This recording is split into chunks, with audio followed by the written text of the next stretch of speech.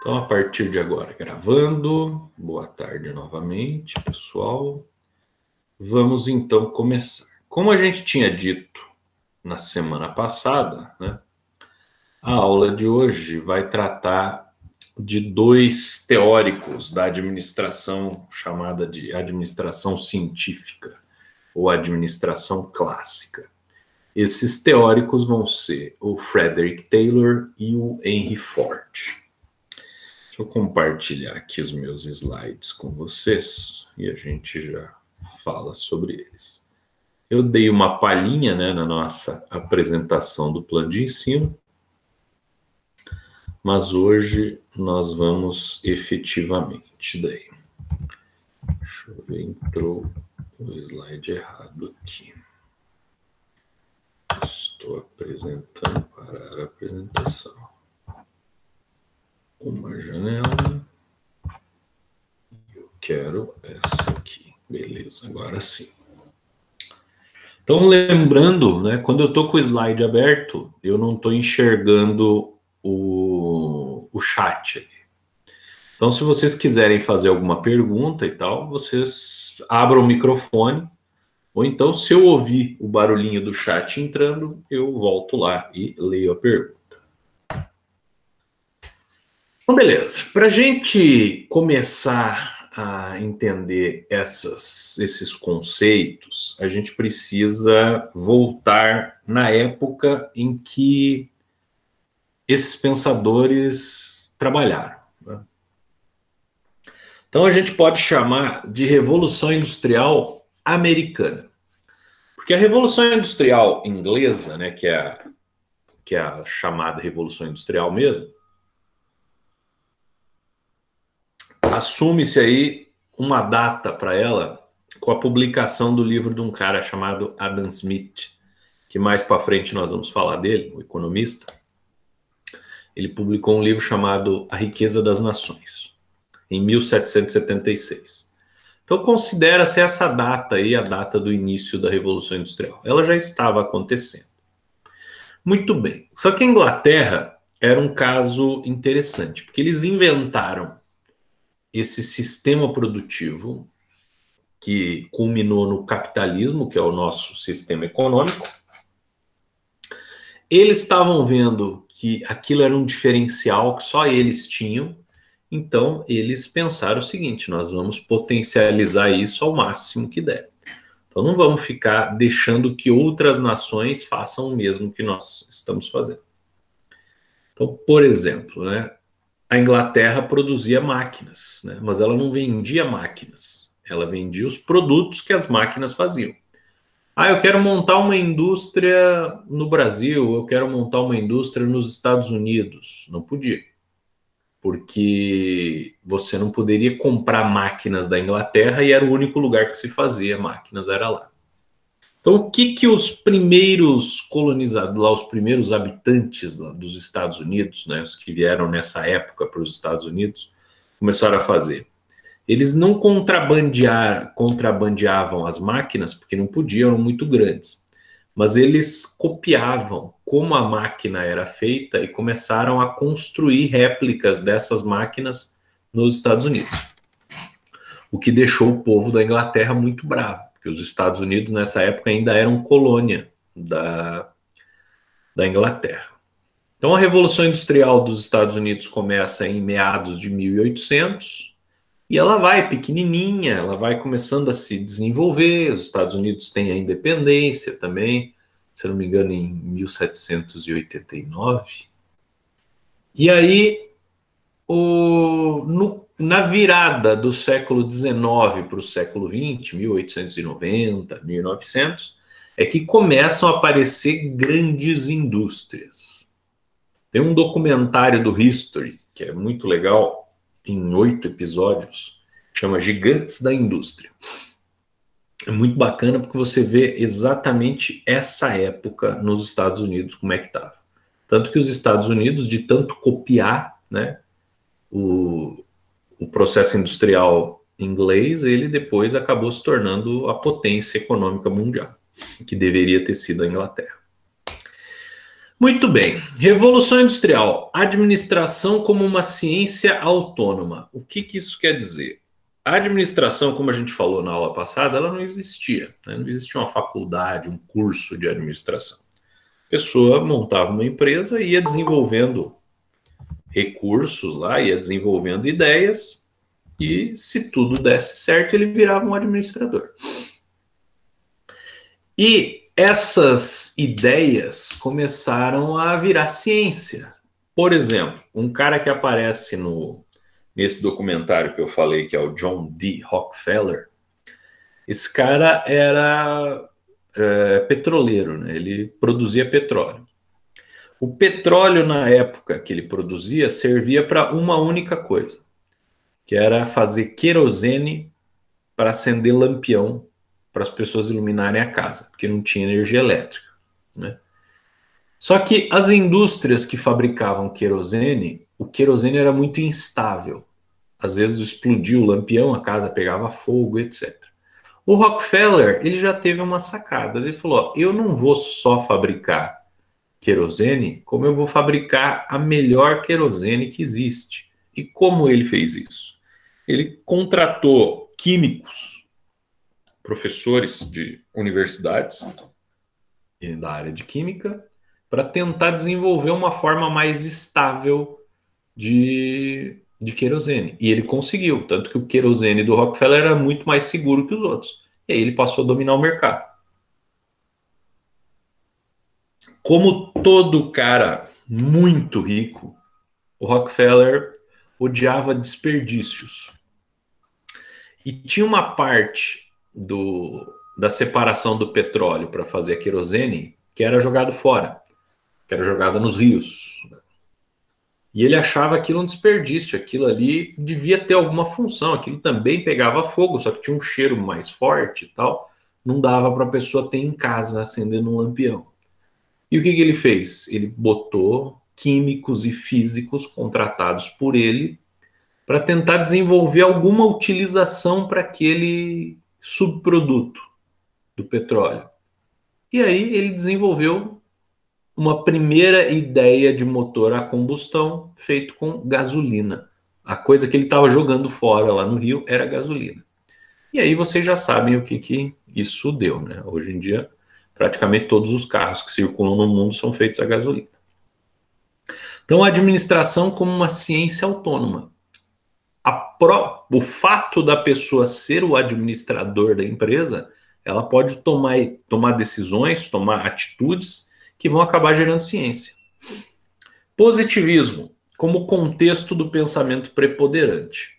Então, o positivismo parte daquela ideia lá da Revolução Industrial também, né, de igualdade e liberdade da Revolução Francesa, igualdade, liberdade e fraternidade, mas principalmente a oposição do Estado na economia. Quanto menos o Estado se meter na história, melhor. Então, positivismo no que diz respeito ao liberalismo econômico. Os empresários deveriam ter poder absoluto sobre as suas atividades econômicas. Descobertas e desenvolvimentos científicos, né? Acabamos de falar isso. Busca por princípios e regras absolutas. Então veja, como é que se produz um carro? Ah, se produz assim. Mas é só assim? Não, tem 500 maneiras de você produzir a mesma coisa. Tá, mas se a gente tentasse chegar numa regra absoluta, numa regra infalível, que todo mundo produzisse e desse certo. Então era essa a busca. Ética protestante, prosperidade no presente e não a salvação futura. Tem um livro muito famoso, que inclusive eu vou comentar mais sobre ele na próxima aula, eu até posto o livro também para vocês. Max Weber, A Ética Protestante e o Espírito Capitalista. Nesse livro, Max Weber ele mostra que quando Lutero briga com a Igreja Católica, ele começa a criar o que nós chamamos de evangélicos, protestantes, luteranos, no caso deles, luteranos e tal, ele deturpa um pouco, ou ele dá uma... Deturpa não, né? Ele dá uma outra interpretação a um ensinamento da igreja. né? Porque se você for pegar a Bíblia, né, o Novo Testamento, que foi escrito na época de Jesus, por exemplo, lá estava dizendo o seguinte: bem-aventurados os pobres que verão a Deus. Ou seja, se você é pobre, você tem que dar graças a Deus que você é pobre, porque você vai viver na pobreza durante a vida terrestre, que é muito curta, mas quando você morrer, você vai ter a vida eterna de alegrias, de prosperidade. Então você vai pagar na terra, porque Deus quer que você seja pobre aqui, porém ele vai te dar uma recompensa quando você morrer, lá na frente. Tem N passagens da Bíblia que vão mostrar isso. Já os luteranos, e os protestantes em geral, né, que não foi só. Lutero foi o mais famoso, mas você teve os anglicanos na Inglaterra, você teve um monte de revoluções protestantes. Esse pessoal vai partir da seguinte ótica de análise: você é pobre porque você é vagabundo, porque você não acorda cedo. Né? O rico é rico por quê? Porque ele trabalha muito.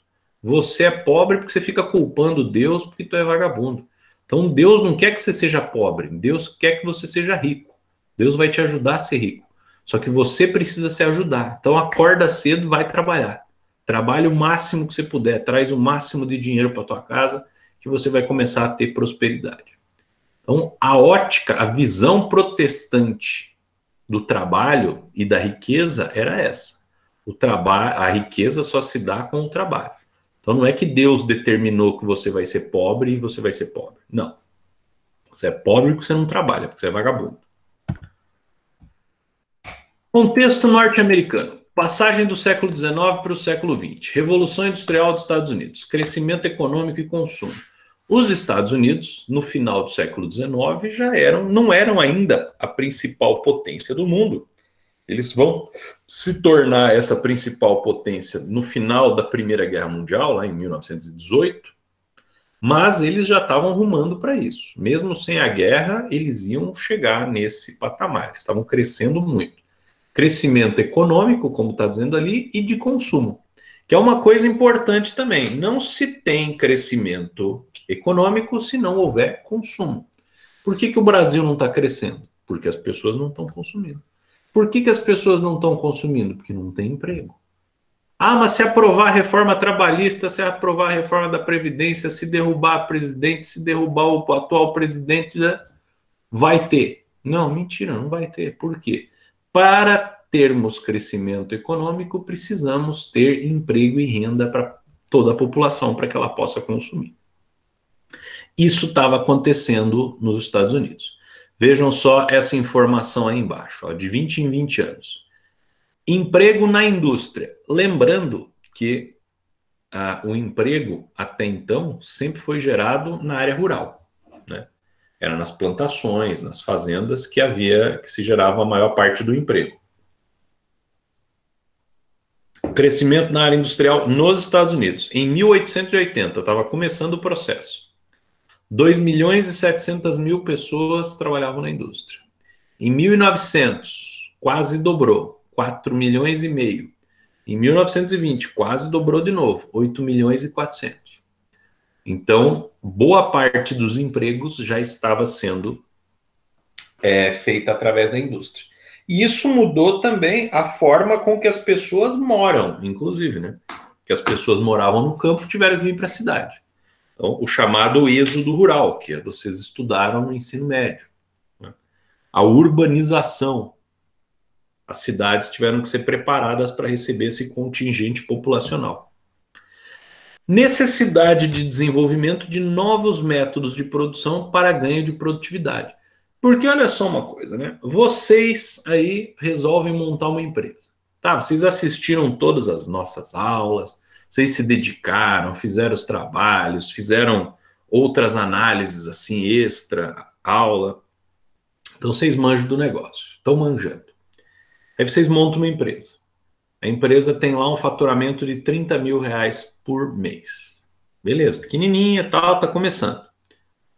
Ao final de um ano, vocês já estão faturando 200 mil reais por mês. Ao final de mais um ano, vocês estão faturando sei lá, 1,5 milhão por mês. A tua empresa está crescendo muito. Chega um ponto que você não consegue, né? A tua administração caseira, por mais que você tenha estudado e etc., você começa a perder o controle. Você começa a perder oportunidades. Você precisa profissionalizar ainda mais essa administração. E era isso que o momento americano estava gerando, né? As empresas estavam crescendo demais e estava precisando de uma profissionalização melhor. E lembrando, né, diferente de hoje em dia, que vocês não precisam fazer um curso de administração para aprender a administrar bem uma empresa. Vocês podem continuar veterinários e fazer um curso, depois uma especialização em administração, para vocês terem mais bagagem ainda. Na época não tinha nada disso. A pessoa tinha que ir meio no chutão.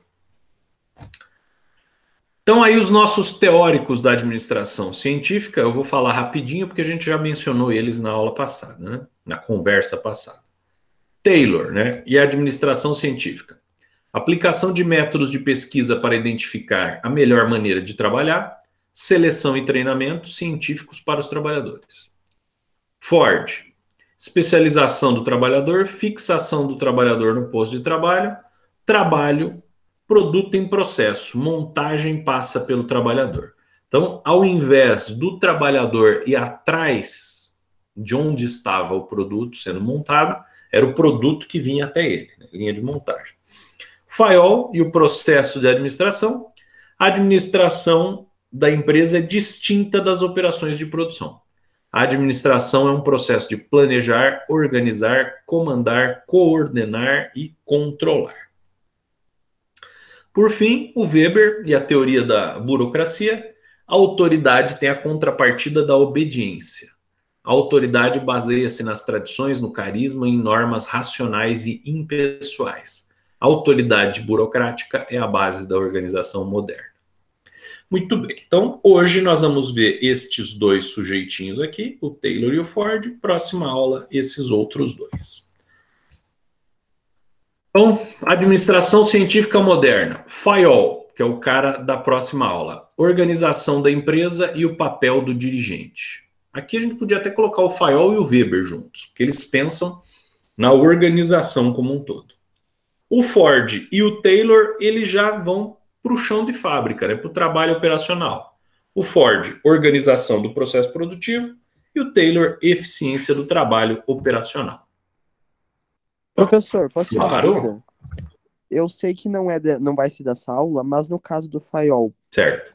a organização se focaria em dar instrução pro dirigente para que ele saiba dirigir a empresa, do que dar, tipo, cursos para o resto da empresa, para a minoria.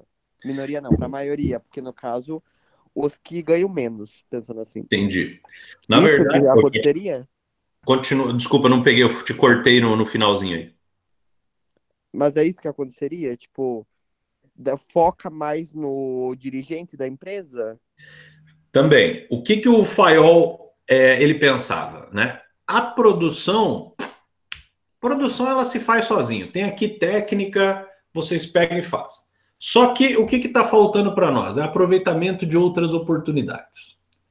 E essas oportunidades para ele viriam da projeção de ideias, né? De prever eventuais problemas, ou seja, de planejar.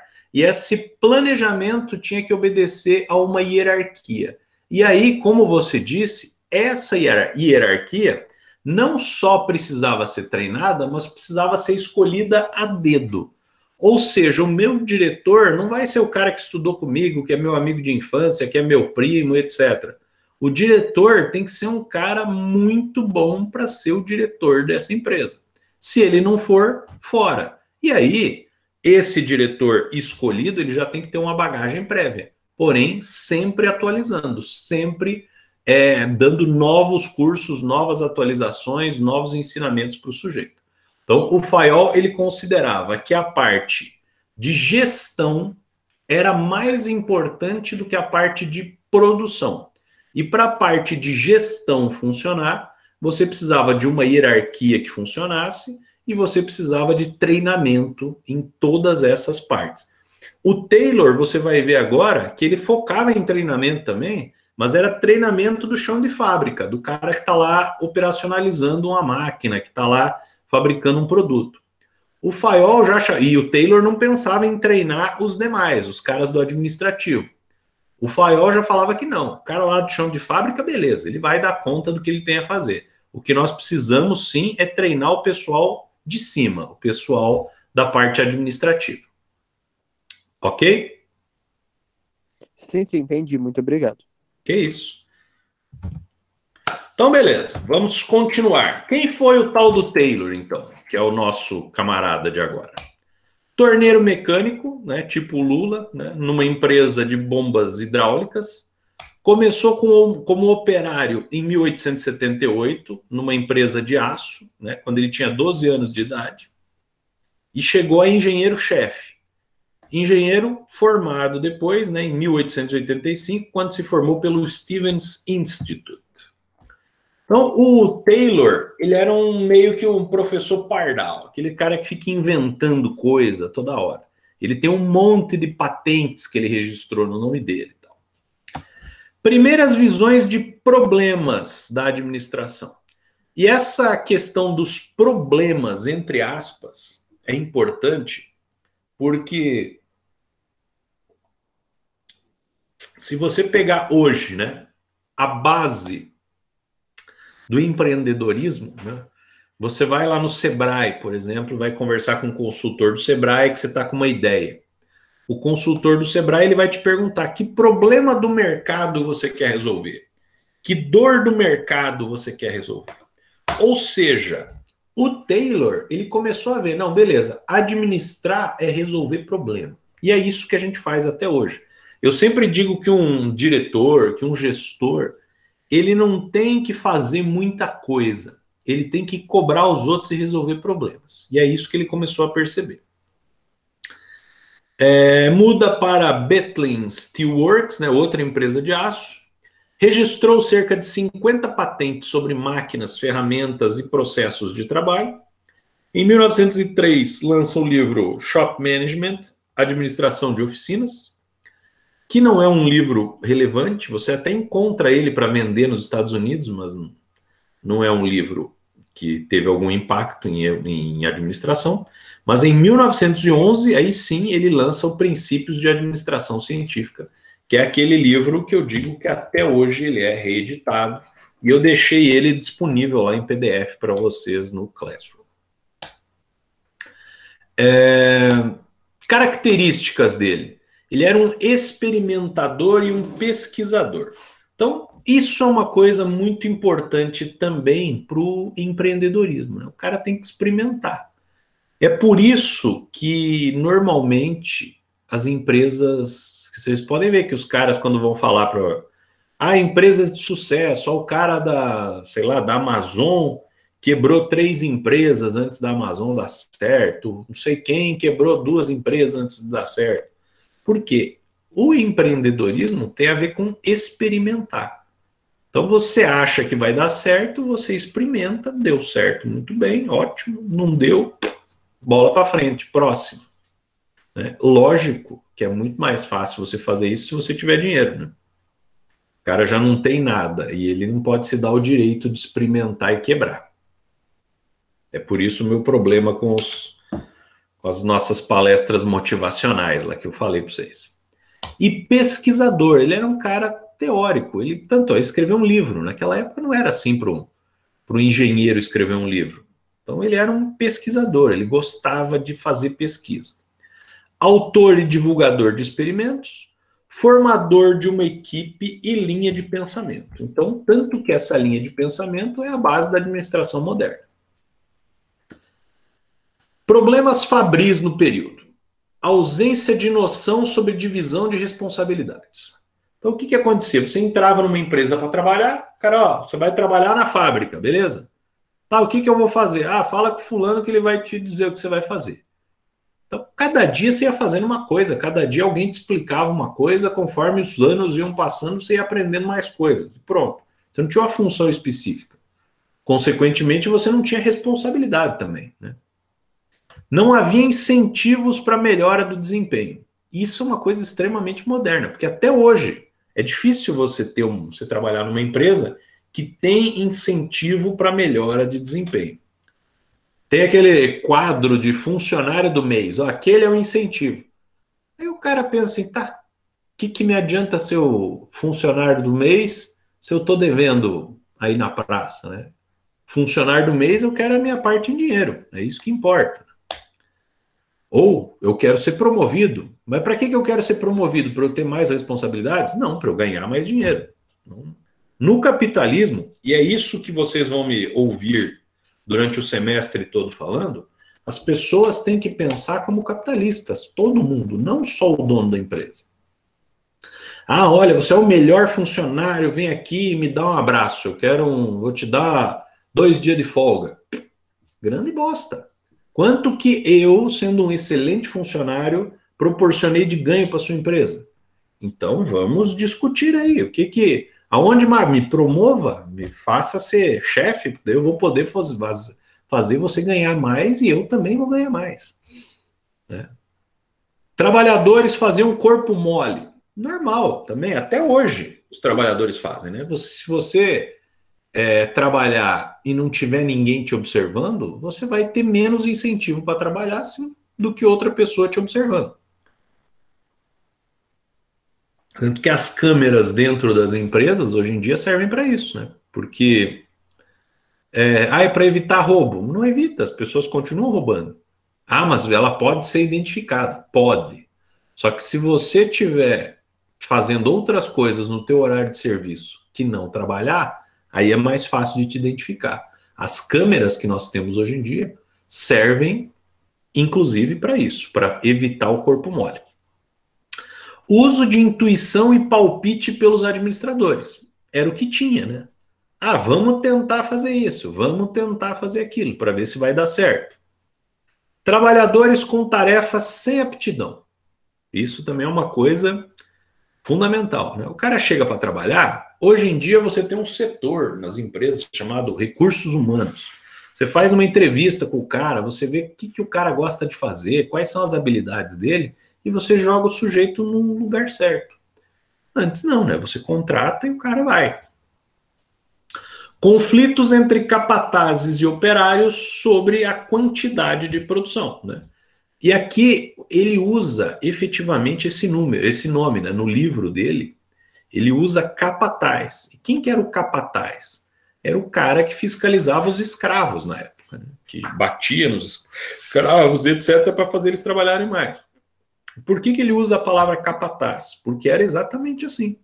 Ele tentava convencer as pessoas a trabalhar na força, no grito, no castigo físico não tinha mais, porque não era mais escravo, mas na persuasão. O Taylor acreditava que cada operário produzia 1/3 do que poderia produzir, chamando o processo de vadiagem sistemática. Né? Falamos na aula passada. Os trabalhadores acreditavam que o trabalho mais depressa, que trabalhando mais depressa, outros trabalhadores perderiam o emprego. Então tinha uma consciência de classe. Se eu começar a agilizar muito, além de eu me cansar, o meu colega vai ser demitido. Então eu vou trabalhar numa boa aqui, sem muita cobrança, o cara não está trabalhando direito, o azar dele, e ninguém vai ser mandado embora. Sistemas administrativos falhos na época forçavam os trabalhadores a trabalhar mais lentamente para proteger seus próprios interesses. Lembrando que nós estamos aqui numa época que depois, por causa desses escritos do Taylor e do Ford, o Charles Chaplin lançou aquele filme que vocês assistiram várias vezes no ensino médio, né? Tempos Modernos, onde os trabalhadores precisavam trabalhar que nem uns robozinhos lá, e isso daí, obviamente, não deixou os trabalhadores muito felizes. Né? Métodos de trabalhos empíricos vinham passando de uma geração para outra de trabalhadores. O que é método de trabalho empírico? Ah, o cara fez uma vez, deu certo, pronto, é assim, continua fazendo assim. Tá, mas não poder mudar? Não, não pode. Por quê? Porque sempre foi feito assim e sempre funcionou. Então, Taylor propunha um sistema de trabalho baseado na análise do trabalho. Então, beleza. Você tem que fabricar esta xícara de café aqui. Ótimo. Como é que você fabrica? Aí eu fabrico assim, assim, assado. E você, como é que fabrica? Aí eu fabrico assim, assim, assado. Qual das duas é melhor? Ah, a dele é melhor. Então, beleza. Vamos entender o porquê que a dele é melhor. Padronização das ferramentas. Então, se a dele é melhor, vamos tentar criar uma metodologia de trabalho. Vamos tentar criar ferramentas adequadas, ergonômicas e etc., para desenvolver melhor aquele trabalho. Seleção e treinamento dos trabalhadores.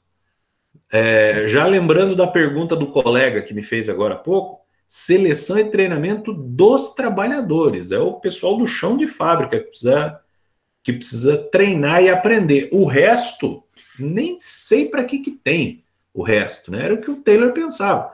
A indústria produz produtos, então quem produz o produto é o trabalhador do chão de fábrica, então é esse o foco, o resto é detalhe. Supervisão e planejamento. Tem que ter um sujeito supervisionando o trabalho e tem que haver um planejamento para o ano. Tem que haver metas, né? Eles não usavam essa palavra metas, mas o planejamento. Nós estamos produzindo X agora, vamos produzir Y daqui um mês, vamos produzir Z daqui 2 meses. Então tem que ter um planejamento. Pagamento por produção. Então veja, não tem os caras que estão trabalhando devagar para não prejudicar os outros que trabalham ainda mais devagar. Então vamos pagar a mais para as pessoas que trabalham bem, porque aí elas vão tocar o dane-se para o coleguinha e vão agilizar a produção. O Taylor é considerado o pai da administração científica, né? Primeira parte aí, ó, fonte Maximiano, ano 2000. O capítulo do Maximiano que eu usei para fazer esses slides também está no anexo ali, para quem quiser aprofundar. Primeira fase do processo do Taylor. Ataque ao problema de salários. Então, beleza. Os funcionários ganham muito mal. Ok. Só que quem trabalha muito mal vai continuar ganhando muito mal. Quem trabalha melhor vai ter um plus. Estudo sistêmico do tempo. Vamos estudar como a trabalhadora X, que é a que trabalha melhor, ela ocupa o tempo de trabalho dela. Definição de tempos padrão, velocidade máxima. Então você não pode pegar só aquela funcionária, como exemplo, e falar, ó, ela produz essa xícara em 10 minutos, então todo mundo vai produzir em 10 minutos. Tem gente que não consegue. Então nós vamos pegar os melhores funcionários, vamos analisar os tempos e vamos definir uma média, uma métrica. Então, ela produz em 10, mas um outro cara que produz direitinho produz em 15. E a média dos melhores funcionários está entre 10 e 15. Então, a média vai ser 13 minutos, por exemplo. Então, se o sujeito não consegue fazer em 13 minutos, ele está fora. Nós vamos contratar outra pessoa que consiga. Para isso, a gente define tempos de velocidade padrão. O Ford vai resolver esse problema com a linha de montagem. O cara não tem, eu vou testar. Não, bichão, você tem 30 segundos para fazer uma atividade aqui. Se você não conseguir, danou-se tudo. Sistema de administração de tarefas, seleção e incentivos. Então, eu vou selecionar direito e eu vou pagar bem conforme a produtividade do sujeito. Tá, isso foi a primeira fase. Deu super certo. Vamos para a segunda fase. Ampliação do escopo de tarefas para a administração, métodos de trabalho.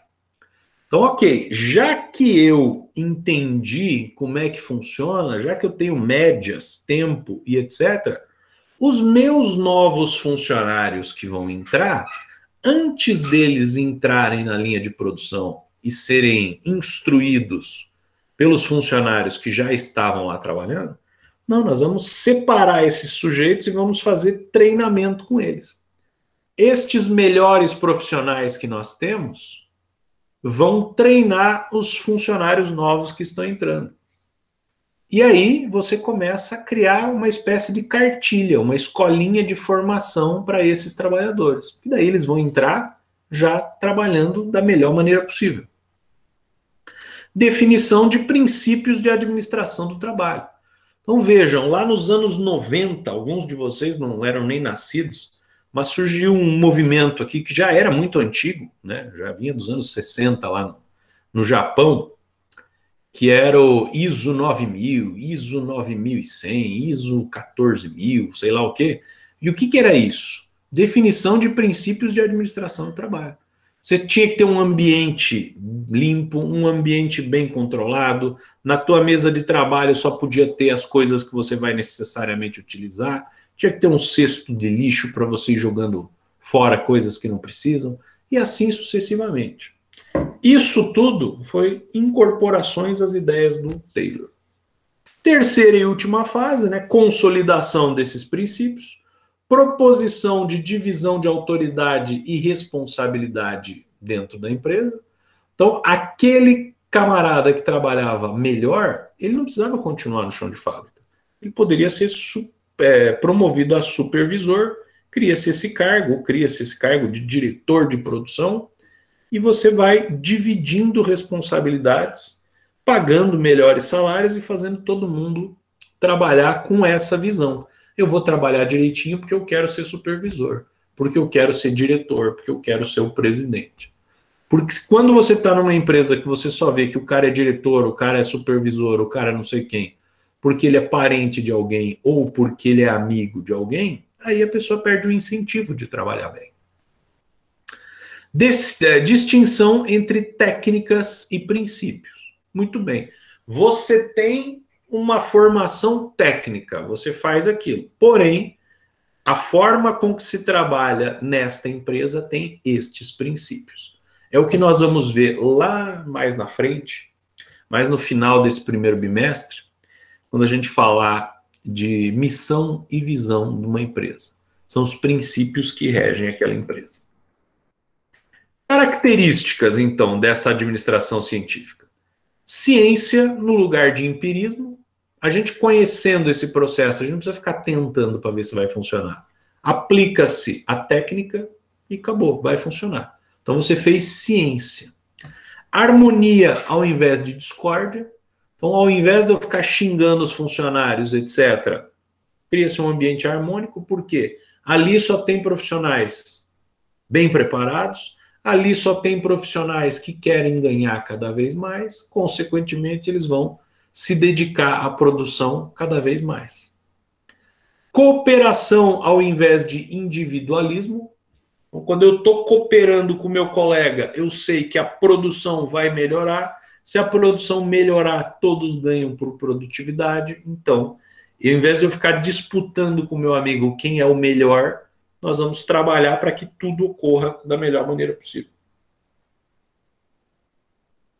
Esse é um ponto que a gente sabe que não é bem assim, porque o ser humano tende a ser competitivo, né?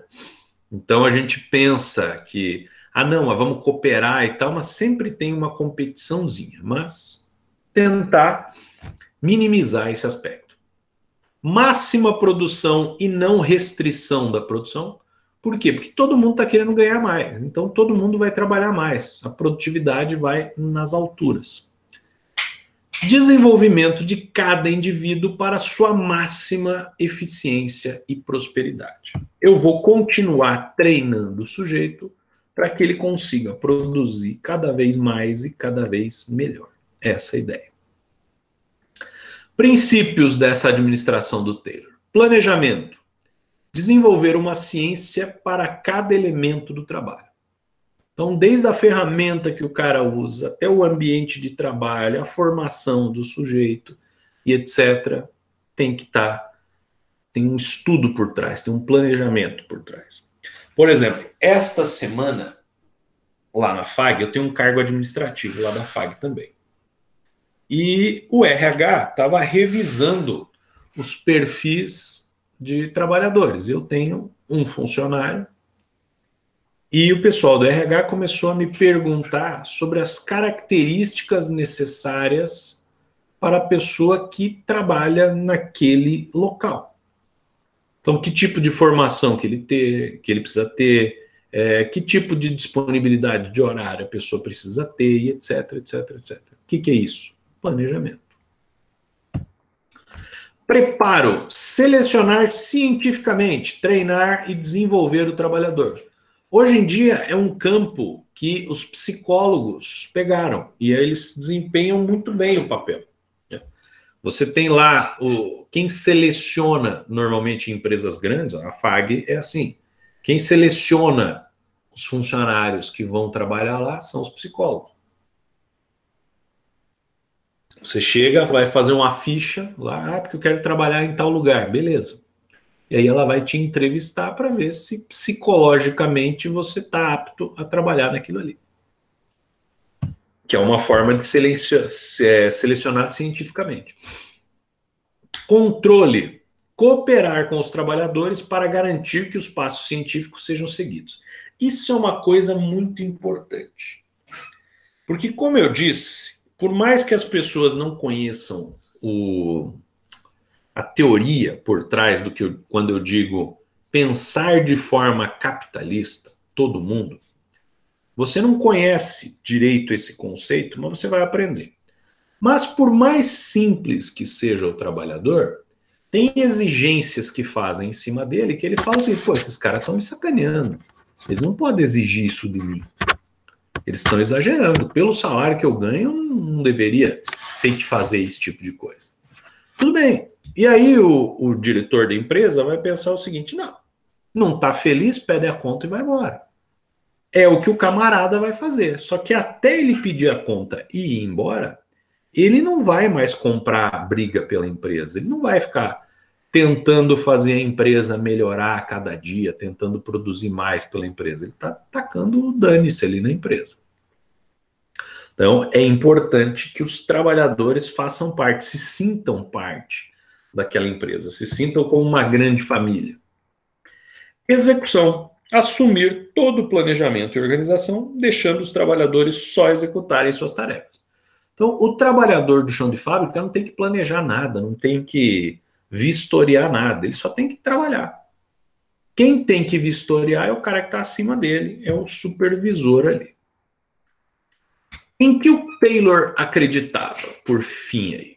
Ganho material levará ao estímulo do crescimento pessoal, ou seja, pague bem para o seu funcionário, faça o seu funcionário se sentir atraído pelo incentivo financeiro que você vai dar, que ele vai trabalhar loucamente, ele vai contribuir loucamente para a empresa.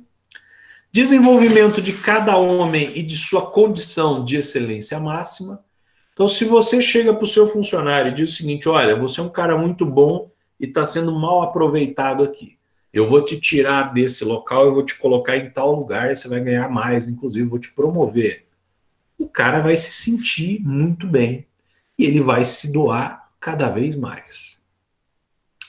Isso aqui é uma coisa que, se a gente for, eu gosto de deixar justamente para a gente ver que não é que hoje em dia as pessoas pensam coisas deturpadas e etc. Sempre houve isso. E olha só, uma das coisas que vocês encontram no livro, o homem médio e o homem de primeira classe. Então, para o Taylor, não tinha esse negócio de igualdade que todo mundo, como é que eu posso dizer? Todo mundo tem condições de desempenhar ao máximo a sua função. Não, para ele é o seguinte, você tem o homem médio, que ele vai chegar até aqui, e você tem o homem de primeira classe, que é o cara mais inteligente, o cara tal, que ele vai se dar melhor na vida. Ele acreditava isso. Então, você tem que selecionar o homem de primeira classe para desenvolver trabalhos mais intelectualizados e o homem médio para trabalhar no chão de fábrica. Isso, hoje em dia, é extremamente preconceituoso, mas era assim que ele pensava. Trabalhar de forma inteligente ao invés de duro, nem depressa, nem bastante. Então, se você consegue entender o modo correto de desempenhar suas funções, você vai trabalhar de forma inteligente. Você não vai trabalhar se esforçando demais, nem de menos. Você vai trabalhar o que precisa apenas. Críticas ao nosso querido Taylor. Mecanização. que desestimula a iniciativa pessoal do operário, tornando-o parte da máquina, não considerando seus aspectos psicossociais. Então, se a gente for ver, você treina o cara para desenvolver movimentos corretos, para desenvolver ações específicas, etc. Você está treinando um robozinho, né? Numa época que não existiam robozinhos. Então, depois, esse trabalho repetitivo vai ser substituído por máquina. Nessa época não tinha. Então, o trabalhador fazia isso. E está aí o filme Tempos Modernos, do Charles Chaplin, que a gente já mencionou. Esgotamento físico. Ânsia de realizar mais do que o previsto para aumentar o pagamento. Isso é um problema. Porque a partir do momento que você chega para o cara e diz o seguinte, olha, você ganha um salário, sei lá, de R$1.000 para produzir, sei lá, 2.000 peças. Que na média é isso que você vai produzir por mês. Aí, cada peça a mais que você fizer, você vai ter um plus no seu salário. O que acontece? O cara, ele vai trabalhar para produzir os 1.000, isso aí já está garantido, mesmo que ele não produza, ele vai ganhar. Só que aí, ele vai começar a querer produzir 1.100, 1.200, 1.300 para ele receber mais. Isso vai proporcionar o quê? Esgotamento físico. Nessa época não se falava, mas hoje você vê o filme Tempos Modernos, lá o cara apertando o parafuso o dia inteiro. Você pensa o quê? Em LER, lesão por esforço repetitivo. Então, óbvio que o cara ficava lesionado. Ninguém conhecia essa lesão ainda, mas ficava. Então, já na época, havia críticas que isso proporcionaria um esgotamento físico nas pessoas. E, obviamente, sim. Mas o Ford vai resolver este problema. Consequências. Especialização demasiada da produção do operário, que torna-se um apêndice da máquina. Né? Eu fico tão especializado em produzir uma coisa tão pequena que eu praticamente faço parte da máquina. Distribuição da iniciativa própria e destruição da iniciativa própria e relacionamento interpessoal. Você não fica amigo de uma máquina, né? Você não elogia uma máquina. Então, o cara trabalha muito bem, o cara trabalha muito rápido. Tá, mas o cara faz uma pecinha desse tamanho, uma porcaria. Então, faz parte da máquina, praticamente, né? Você tira a humanidade da pessoa. Atomiza o trabalho em demasia, minimizando as aptidões dos funcionários. Né? Você perde, você cria uma maquinização tão grande do operário que ele perde completamente a função social dele. O Marx, né, que eu já acho que eu disse na aula passada para vocês, que eu vou citar sempre um conceito ou outro do Marx, ele tinha uma parte, obviamente que eu não vou citar os 5% da obra dele que falam sobre o comunismo. Eu só vou citar as críticas ao capitalismo, que isso servem para a nossa formação aqui enquanto capitalistas. O Marx tinha um conceito que chamava alienação do trabalhador, que ele exemplifica bem o que o Taylor proporcionava aqui. Deixa eu ver se eu acho uma chargezinha aqui do Marx. Quer ver? Deixa eu compartilhar aqui. Eu até tinha nesse slide, eu não sei porque que eu apaguei.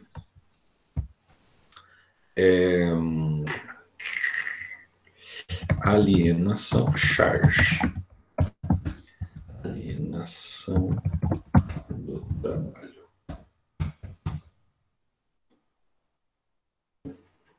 Aqui a bichinha. Deixa eu ver se eu consigo deixar grandinho aqui. Não, não é você não, é você que eu quero. Ó, o trabalhador mais velhinho, né, tá lá na linha de montagem, fazendo uma pecinha pequenininha aqui, dizendo para o trabalhador mais jovem, né, vou me aposentar amanhã e sabe o que eu vou fazer? Andar até o fim desta linha de montagem e descobrir o que eu estou fazendo há 30 anos. Ou seja, ele faz uma coisa tão insignificante, que é um pedacinho de uma peça que vai em algum produto, que ele não se sente parte daquilo, né? Ele não se sente... ele acha que o trabalho dele é um trabalho que não serve para muita coisa.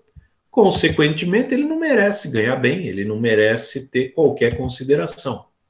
E, obviamente, a partir do ponto que ele percebe isso, ele vai trabalhar dessa forma, especificamente. Ah, meu trabalho é uma porcaria, eu não faço nada mesmo. Então, a empresa perde com isso, o trabalhador perde com isso também. Bom, esse foi o nosso amigo Frederick Taylor. Agora, nós vamos ao Henry Ford. O Ford provavelmente estava por dentro do que acontecia com o Taylor. Eles são meio que contemporâneos. Que o Ford era um cara muito inteligente, ele não tinha formação acadêmica, mas era um cara que lia muito e era um cara muito inteligente. Então, provavelmente, ele conheceu as ideias do Taylor. E o Taylor vice-versa. Taylorismo desenvolveu-se em uma época de notável expansão da indústria, junto com outra inovação revolucionária do século XX, a linha de montagem, né, atribuída ao Henry Ford, mas como eu disse na aula passada, não foi ele que inventou. A linha já existia, ele adaptou-a e criou um conglomerado de outras linhas. A gente pode chamar até de linha múltipla de montagem, porque haviam N linhas. E o mais interessante, né? Ele criou, ele desenvolveu. No decorrer aí da aula, eu vou comentar sobre essa peculiaridade do Ford, mas o Ford era aquele cara que, da administração moderna, ele não se enquadraria muito, porque ele não era um cara de trabalho em equipe, ele não admitia ninguém que tivesse uma ideia melhor que a dele, ele fazia tudo sozinho e as pessoas simplesmente executavam o que ele queria que fosse feito. Mas não deixava de ser um cara muito inteligente. Foi Henry Ford quem elevou ao mais alto grau os dois princípios da produção em massa, que é a fabricação de produtos não diferenciados e em grande quantidade. Então vejam, né? Por que uma Ferrari, um Pagani Zonta, uma Lamborghini são tão caros? Né? Porque não são produtos feitos em massa. Não se produz 1 milhão de modelos da Ferrari. Boa parte da Ferrari é feita à mão. Né? Então, por isso ela tem um público exclusivo. Tem alguns relógios que são caríssimos. Por quê? Porque eles são feitos à mão, eles são feitos em edições muito limitadas, etc. E naquela época, basicamente, tudo era assim. Né? Tudo tinha uma produção limitada, tudo era feito à mão. Consequentemente, o preço era muito mais alto. E o Ford vai criar uma métrica de barateamento para que todo mundo pudesse comprar. Ou seja, ele vai gerar uma acessibilidade, não uma acessibilidade de portadores de necessidades especiais, mas uma acessibilidade de consumo para as pessoas de um produto que era um produto de luxo e vai deixar de ser. Então, ele conseguia fazer isso através de peças padronizadas e de um trabalhador especializado. Uma característica do Ford que vai aparecer aqui é que ele não se preocupava muito em treinar os trabalhadores. Vê que o Ford já era um cara mais malandro, né? Porque eu não vou ficar treinando o trabalhador, eu não vou ficar selecionando quem que é o melhor trabalhador, etc. O que eu vou fazer? Eu vou pagar o cara trabalhar. Tá, mas e se você contrata alguém ruim? Não, não vou contratar, sabe por quê? Porque a indústria automobilística pagava $2,50 a hora. Né? E o cara que já estava trabalhando lá, sei lá, na Chrysler, não, Chrysler veio depois.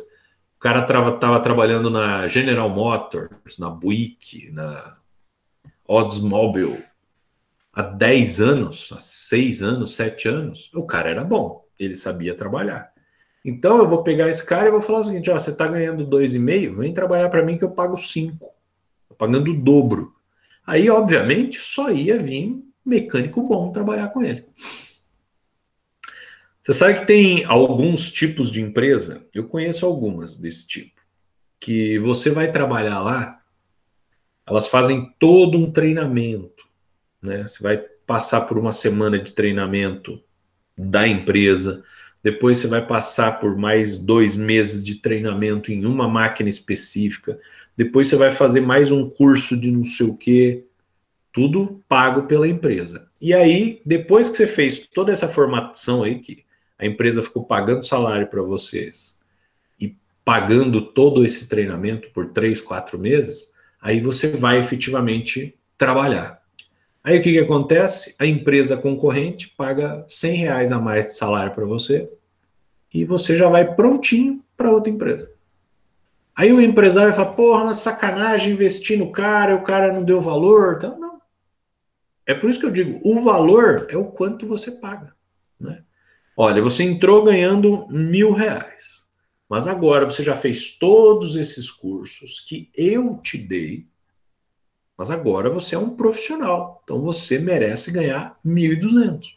Pronto. O cara não vai, ou por R$ 100 ou por R$ 200 vai sair. Ele vai ficar lá.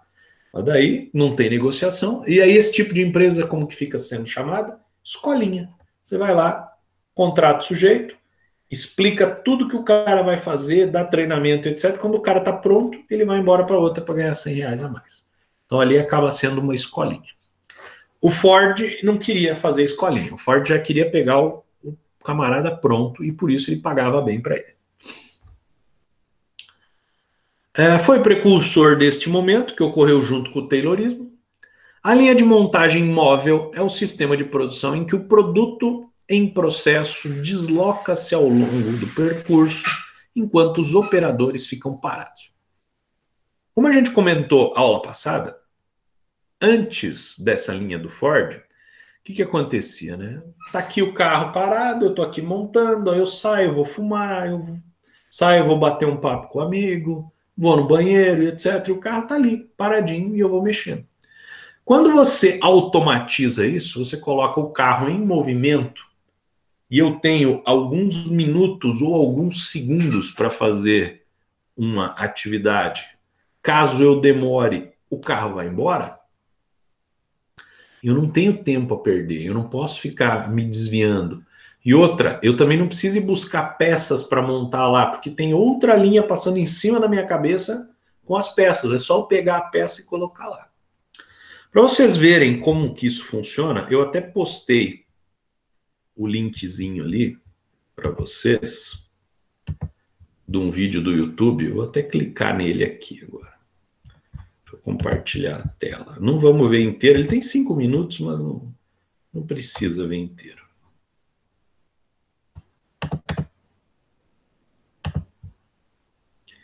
Aqui.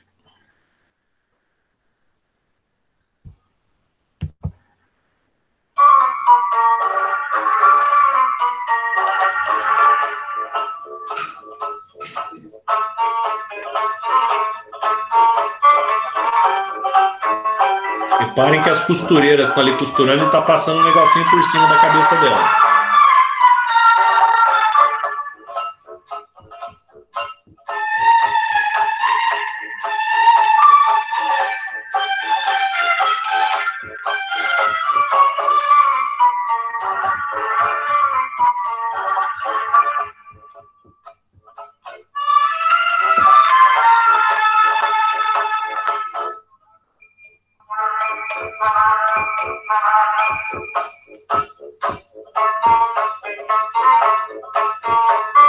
Olha as peças passando por cima da cabeça deles ali, ó.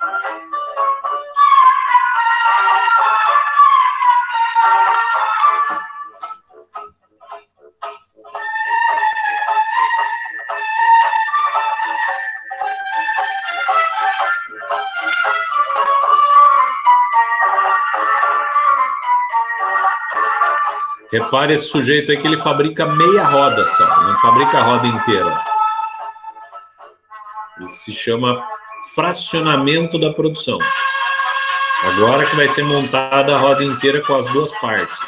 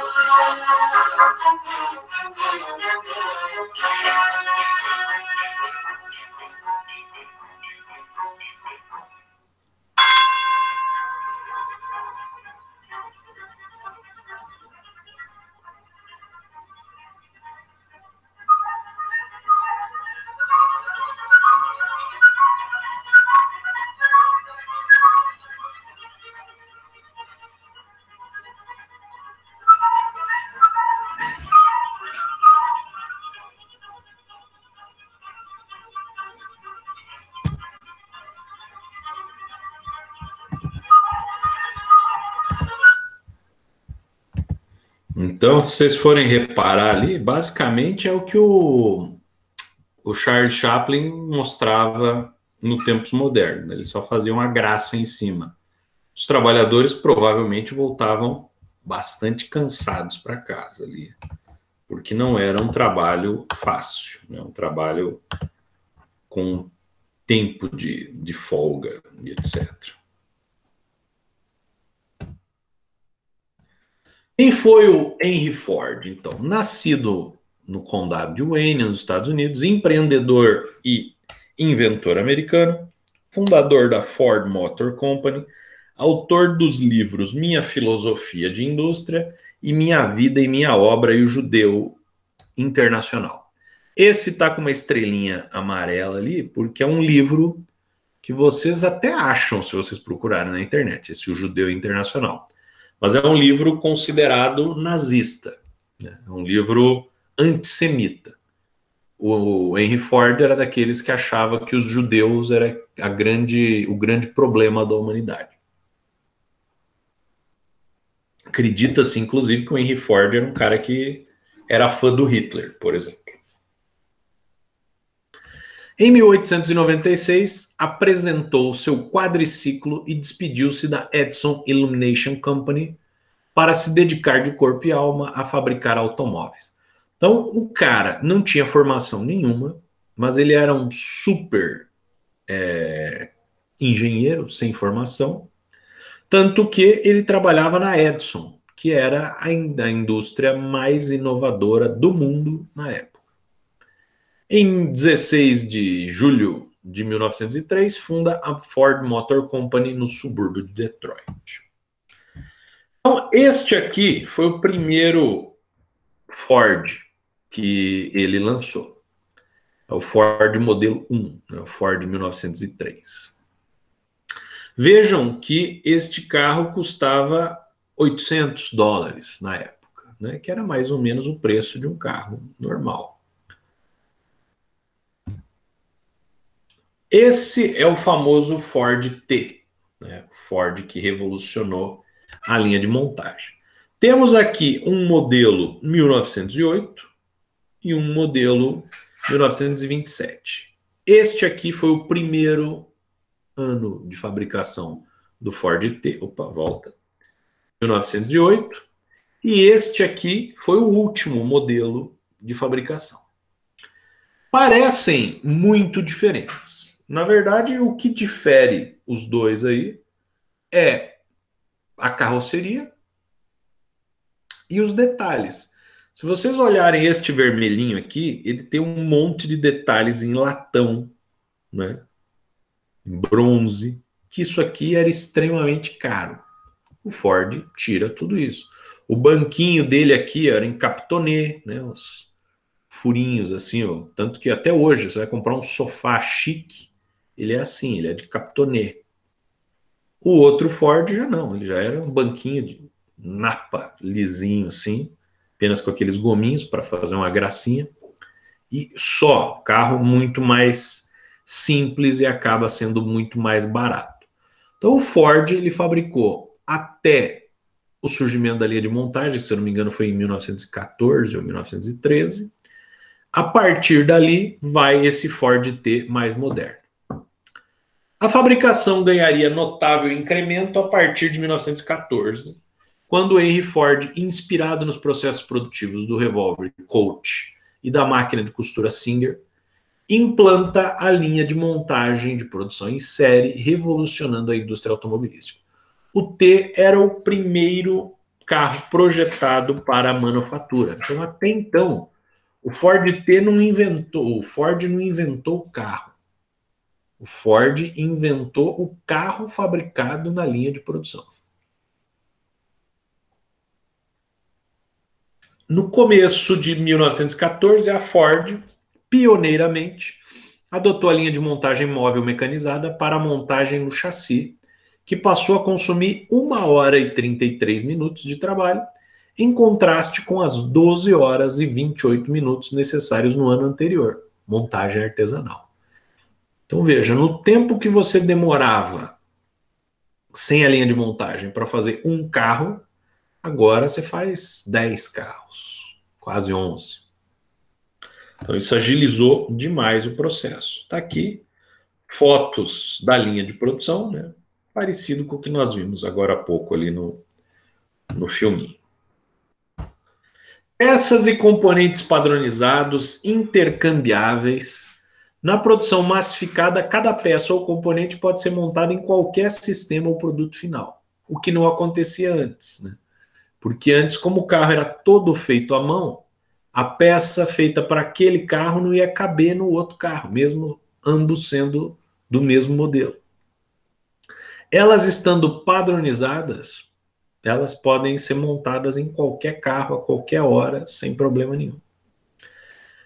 Para alcançar a padronização, Ford passou a utilizar o mesmo sistema de calibragem para todas as peças, todo o processo de manufatura. Então, tinha uma fábrica para fazer paralamas, uma fábrica para fazer rodas, uma fábrica para fazer radiadores, uma fábrica para fazer portas, e etc. E todas trabalhavam milimetricamente iguais. Este princípio deu origem ao controle de qualidade, cujo objetivo era assegurar a uniformidade das peças. Então vejam, né? O carro demorava 12 horas e meia para ficar pronto. Agora ele fica pronto em 1 hora e meia. Ficou muito mais rápido. Provavelmente a qualidade deve ter caído, né? Você agilizou, você acelerou demais. Então o Ford cria um departamento de qualidade, que é o que nós chamamos hoje de marketing. O marketing, que quer dizer vendas, naquela época ele não estava preocupado com a venda efetiva do carro. Ele estava preocupado se aquele carro tinha o mínimo de qualidade necessária para ser vendido futuramente. E era essa a ideia do departamento de marketing. Na produção em série ou de massa, o produto é padronizado em seu material, mão de obra, desenho, mínimo custo possível. A condição precedente necessária e suficiente para a existência da produção em massa é a capacidade de consumo em massa, seja real ou potencial. A condição chave da produção em massa é a simplicidade. Então isso é uma coisa muito importante também. Quando a gente entrar na parte de economia, nós vamos falar assim, tá, você vai montar uma empresa. Quantos produtos você vai vender? Você vai, vou vender muitos. Tá, para que tipo de pessoa você vai vender? Para qualquer tipo de pessoa. Não se faz isso, você vai ter que criar um nicho de pessoas. Você vai estabelecer um grupo de pessoas que vão comprar o teu produto. Tá, mas daí eu vou estar segregando, eu não estou vendendo para outros. Não, você pode vender para quem você quiser. Mas você vai focar num grupo específico de pessoas. E você vai tentar atender aquele grupo específico de pessoas. E agora eu estou produzindo 1.000. Eu vou pegar um financiamento porque eu quero subir para 5.000. Aí está o que o autor está dizendo. Para produzir em massa, você está saindo de 1.000, você quer ir para 5.000. Você quer quintuplicar a sua produção. Vai ter capacidade de consumo em massa? Vão existir pessoas suficientes para comprar esse seu produto? Porque senão você vai produzir um monte e vai encalhar, né? Não vai ter função nenhuma. Então, para a produção em massa acontecer, é preciso que você tenha consumo em massa. As pessoas tenham capacidade de comprar o seu produto. Então, veja, o carro, independente de ser da Ford ou não, era um item de luxo. Uns custavam um pouco mais que outros, sim. Você pega, por exemplo, aquele carro da Ford, custava $800. Se você for pegar um Duesenberg, que era o carro mais caro que se vendia nos Estados Unidos, custava $3.000. Então, com o preço de um Duesenberg, você comprava 4, 5 Fords. Então, era com um nível de riqueza super rico o Duesenberg. Beleza. Mas existia... vamos fazer em massa o Duesenberg. Não tem razão. Como fazer em massa a Ferrari? Não tem razão. Ela deixa de ser uma Ferrari. Ele deixa de ser um Duesenberg. Já o Ford, não. Eu quero fazer carro para as massas. Tá? Mas as massas vão conseguir comprar? Vão, porque eu vou baratear o preço do meu carro e eu vou subir o salário dos meus funcionários. Meus primeiros clientes vão ser os meus funcionários. o meu carro vai ser barato o suficiente para que qualquer um dos meus funcionários possa comprar.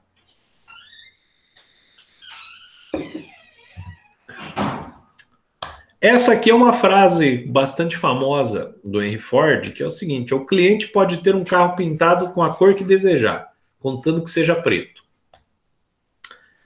Porque todos os Fords T's eram pretos. Na verdade, nem todos, mas a grande maioria era. Mais de 95% dos Ford T's eram pretos.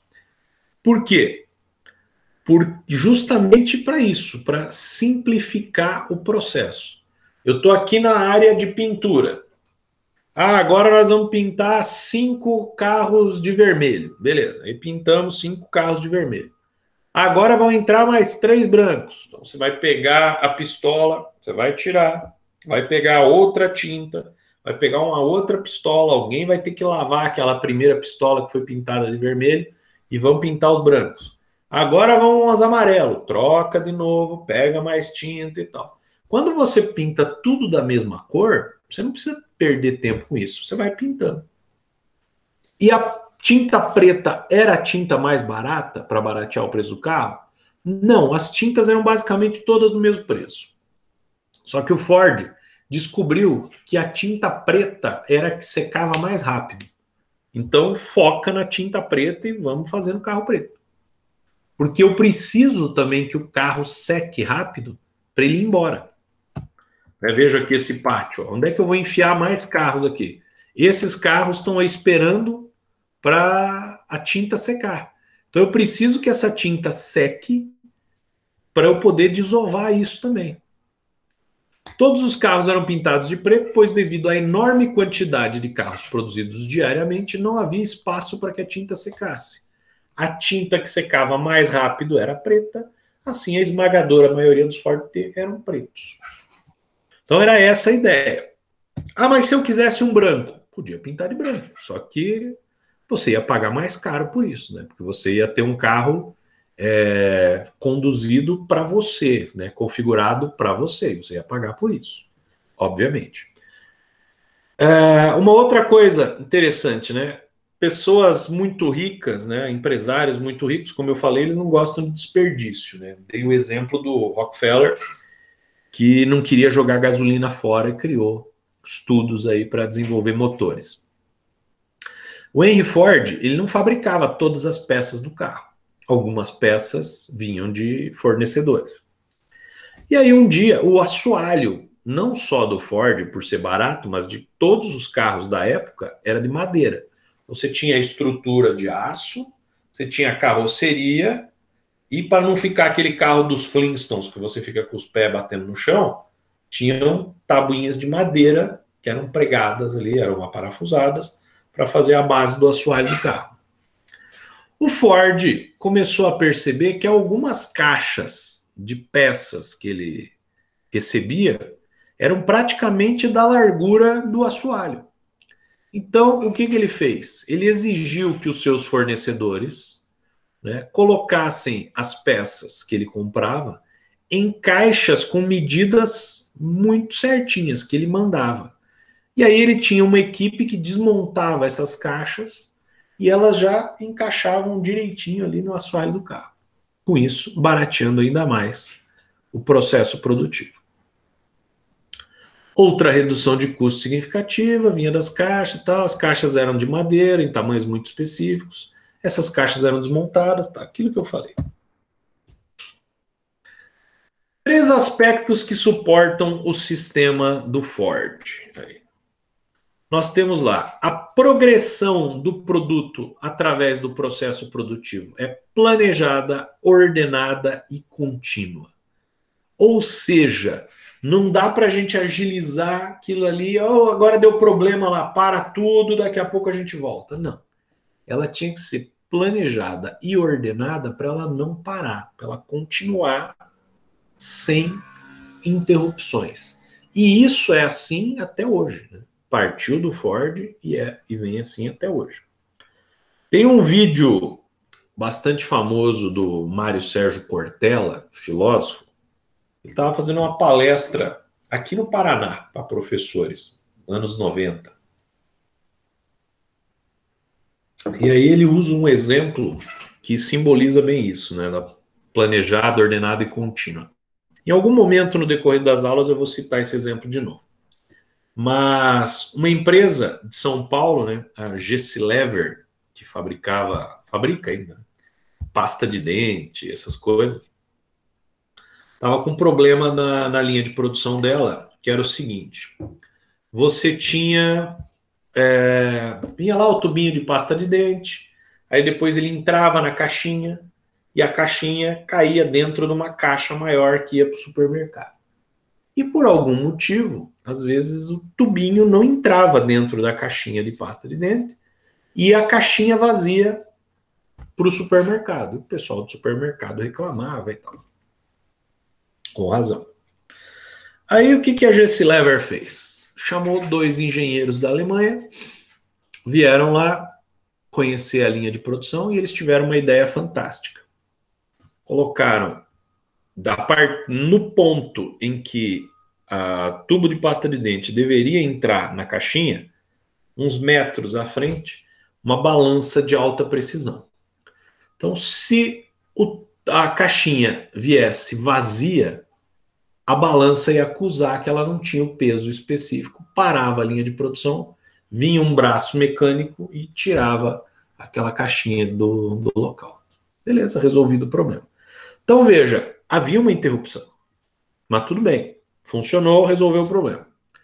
O dono da fábrica lá, o gerente da fábrica, 3 meses depois, né, de ter gasto 20 milhões para montar esse sistema e funcionar, ele desceu lá no chão de fábrica e descobriu que a máquina, a balança de precisão, o braço mecânico, etc., tinham sido desativados. E aí ele virou uma fera. Convocou uma reunião com o pessoal do chão de fábrica lá e tal, e queria saber quem tinha sido responsável por aquilo. E 3 sujeitos levantaram a mão, falaram: fomos nós. Vocês são os irresponsáveis, vocês sabem quanto que eu gastei para montar esse sistema e não sei o quê.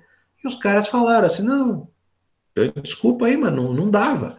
Porque toda hora uma caixinha vinha vazia, parava o sistema, vinha lá o braço mecânico, aí entupia lá do outro lado, porque as pastas de dente começavam a se amontoar, aí tinha que desligar toda a máquina, tinha que subir alguém ali, tirar os tubos que estavam entupindo, ligar de novo, e aí até que vinha outra vazia, travava tudo de novo, era um caos, a gente não estava conseguindo produzir. Então, desmontamos isso, tiramos. Tá aí agora, que vocês estão fazendo? Tá indo tubo vazio, caixinha vazia para os supermercados? Não, tá resolvido, não tem, pode olhar, não tem nenhuma reclamação mais. Nós resolvemos o problema do nosso jeito. E qual que foi o jeito? Nós 3 fizemos uma vaquinha, R$50 cada um, fomos ali no camelô da frente, compramos um ventilador daqueles grandes, né? Botamos pertinho da esteira, se a caixinha está passando vazia, o próprio ventilador assopra ela para fora da esteira e tudo resolvido. Então vejam, né?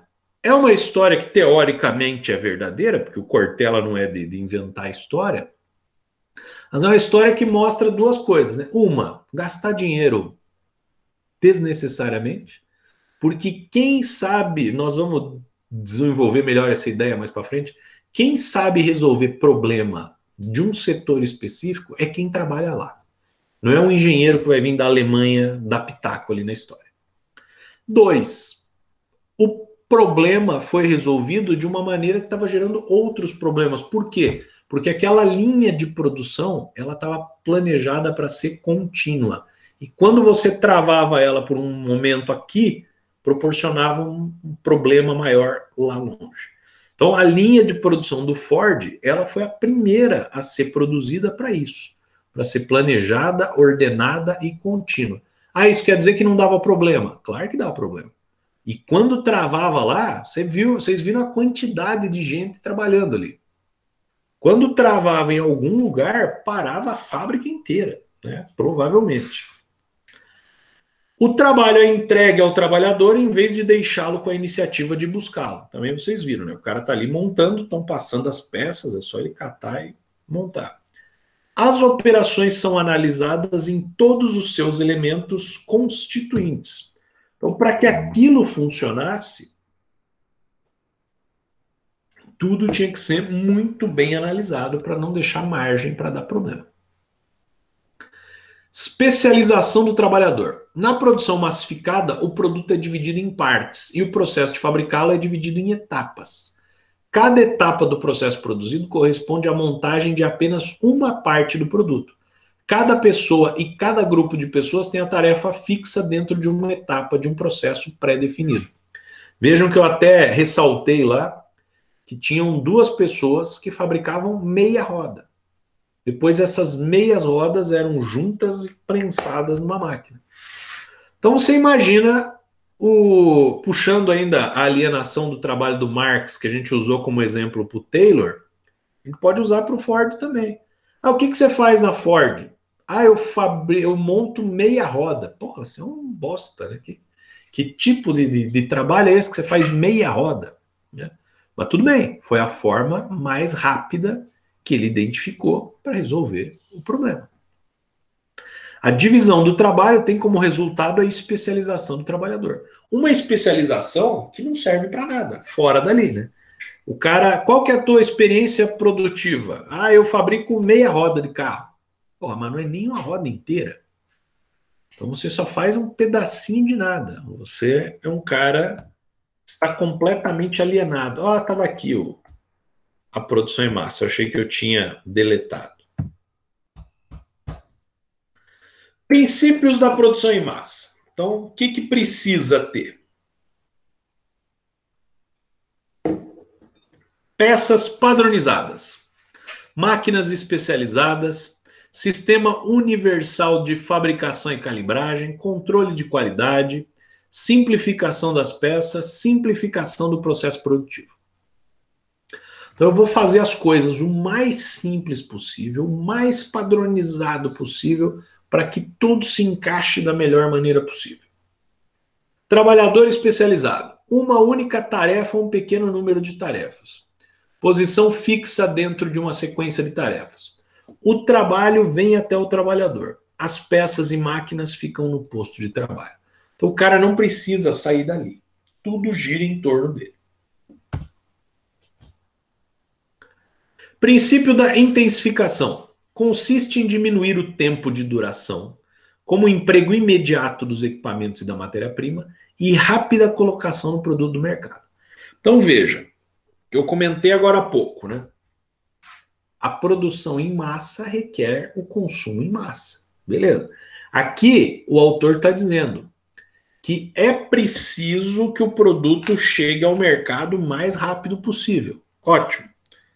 Só que desde que tenha alguém para comprar, né? Porque senão não adianta eu encher o mercado de produtos e não tem ninguém para comprar. O que ocorre com o preço? Nós vamos ver lá na frente.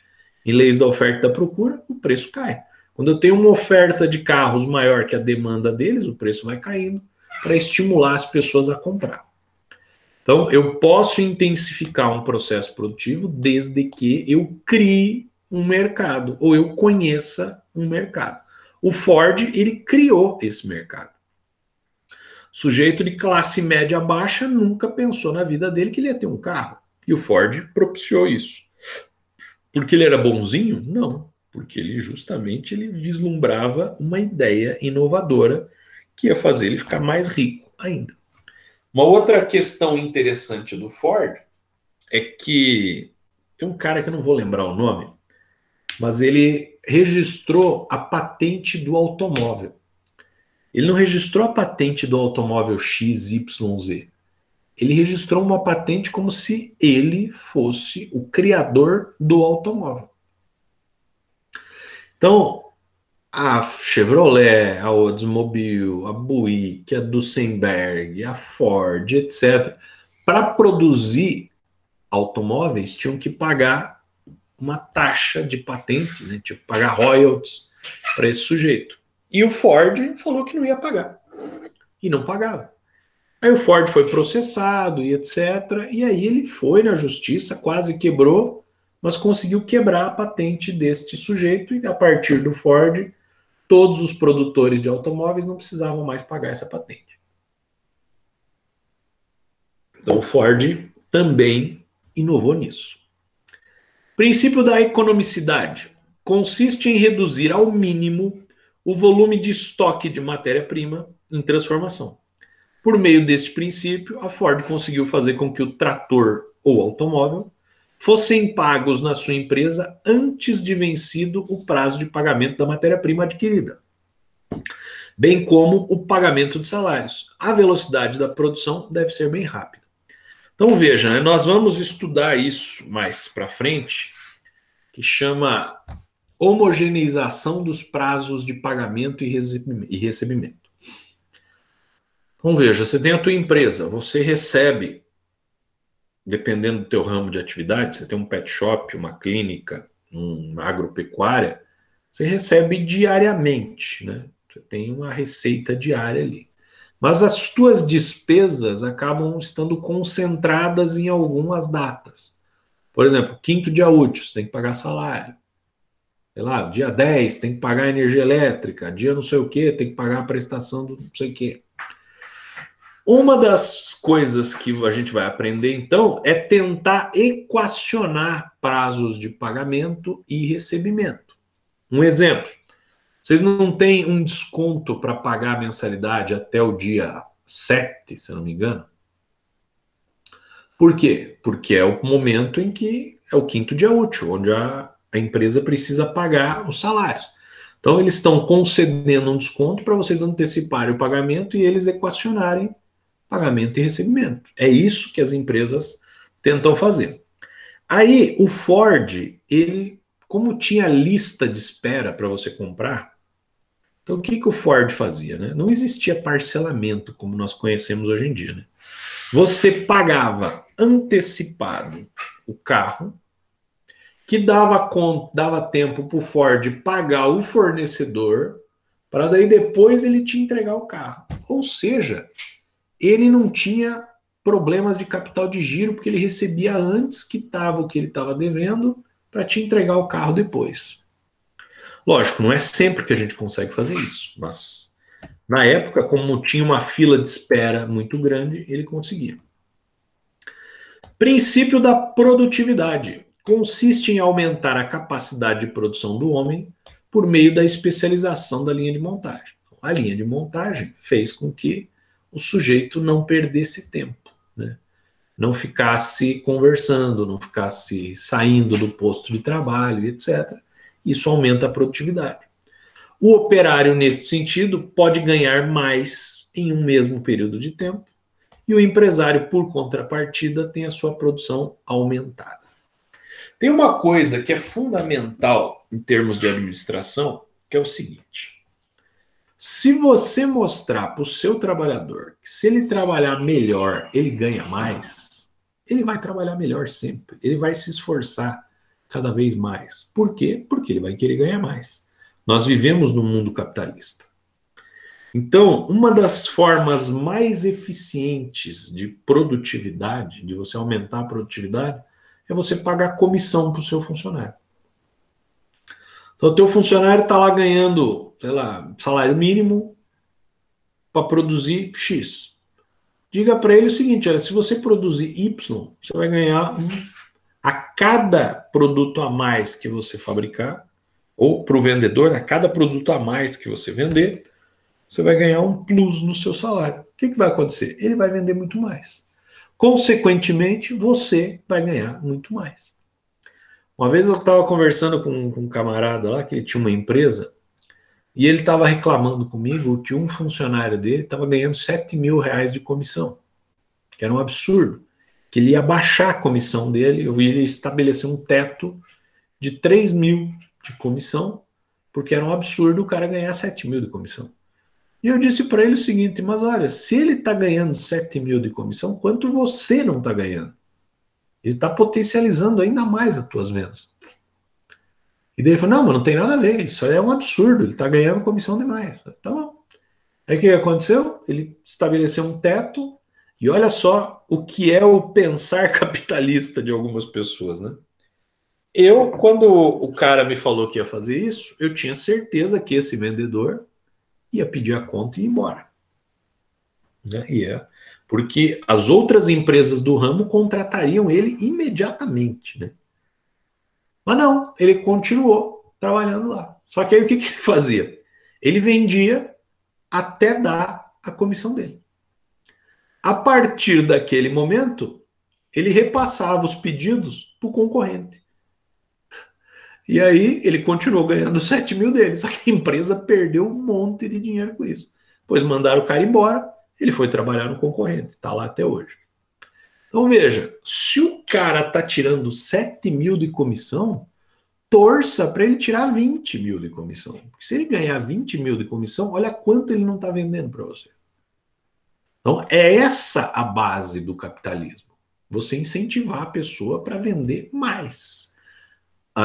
Você pagar a pessoa simplesmente por ela ser legal e etc., aí não adianta nada. O operário, nesse sentido, pode ganhar mais em um mesmo período de tempo e o empresário, por contrapartida, tem sua produção aumentada. Já tinha lido aqui. Visão do Ford. Isso é a frase dele. Construir um carro a motor para toda a população. Será de preço tão baixo que nenhum homem com um bom salário não seja capaz de adquirir um deles e aproveitar com sua família a bênção das horas de prazer nos amplos espaços de Deus. Quando eu tiver terminado, todos poderão adquirir um carro e todos o possuirão. Então, o Ford tinha como meta transformar um automóvel de produto de luxo para um produto de massa, para todo mundo ter. Foi ousado? Muito ousado, mas deu certo. Raciocínio do Ford. 1908. Sistema artesanal, 12 horas e meia por chassi. Redução de tarefas, peças colocadas nos locais exatos, trabalhador vai de carro em carro. 1914. Linha de montagem, trabalhador parado, 1 hora e 33 por chassi. Esse foi o ganho de produtividade. Em 1923, foram produzidos 2,1 milhões de unidades do modelo T. Em 1926, a Ford montava automóveis em 19 países, além dos Estados Unidos. Os Estados Unidos sempre venderam carros para outros países, porque eles eram, nessa época, os melhores fabricantes de carros do mundo. Só que as fábricas estavam nos Estados Unidos e os carros eram exportados para outros países. O Ford foi o primeiro a montar fábricas da Ford em outros locais. E chegou em 1926, ou seja, o Ford T ainda era fabricado, a ter 19 fábricas fábricas em 19 países. Inclusive o Ford ele tem uma participação aqui no Brasil. Se vocês digitarem no Google, né, Fordlândia, é uma cidade fantasma no estado do Amazonas, que o Ford lançou essa cidade, né? Ele criou essa cidade, comprou uma área de terra gigantesca lá. Para quê? Porque pneu era uma das coisas muito importantes do automóvel e que ele achava que ele gastava demais. Então ele queria montar uma fábrica de pneus no estado da Amazônia, do Amazonas, né? E com isso reduzir muito o custo de produção dele. E aí ele montou a cidade, montou a fábrica lá, mas depois algum problema não foi para frente. A cidade foi abandonada. Ela existe lá, tem meia dúzia de pessoas que moram, mas foi uma iniciativa do Ford nesse período aí que ele estava em vários países. Henry Ford não fazia segredo das suas técnicas, que passavam a ser utilizadas por todas as empresas dos Estados Unidos. Então o Ford, ele não era o cara que falasse, não, isso aqui fui eu que inventei, é meu, você não pode nem ver. Não, ele abria a fábrica para os concorrentes irem lá olhar, não tinha problema nenhum. O problema do Ford era justamente aquilo. Eu fiz, eu sou bom, eu sou empresário de sucesso. Por exemplo, né? Vejam que hoje em dia é inadmissível, né? Um carro ser fabricado aí entre 1908 e 1927, praticamente sem mudança nenhuma. Então, mais de 20 anos aí, quase 20 anos de produção no mesmo carro. Então precisa haver modernização da produção. E o filho do Ford, o Edsel, era um cara que aí sim, ele era designer, ele estudou, ele era mecânico, e ele construiu um protótipo de um carro para ser substituto do Ford T. E o pai dele, quando descobriu que ele estava fazendo isso, ele não estava fazendo para abrir uma fábrica dele, era justamente para montar na fábrica do pai. Ficou muito bravo, expulsou ele da empresa e tal, porque ele dizia que não, porque esse Ford, que daí seria o modelo A, seria muito uma modernização do Ford T, uma melhoria do Ford T. E o Ford achava isso absurdo. Como é que vai melhorar uma coisa que é perfeita, que fui eu que fiz, né?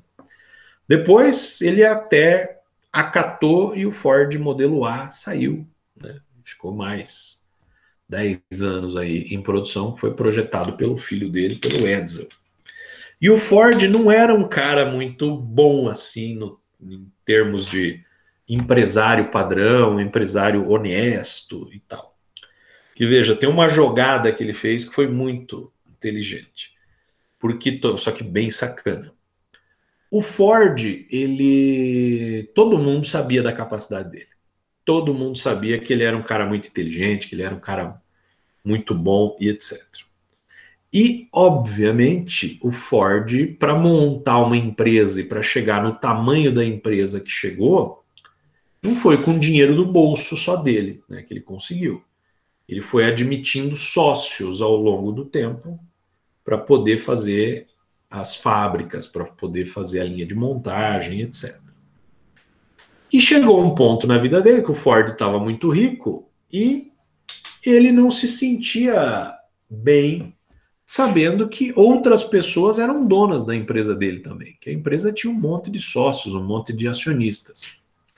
Então ele quis comprar as ações dessas empresas, desses acionistas, de volta para ele ficar com o controle total da empresa.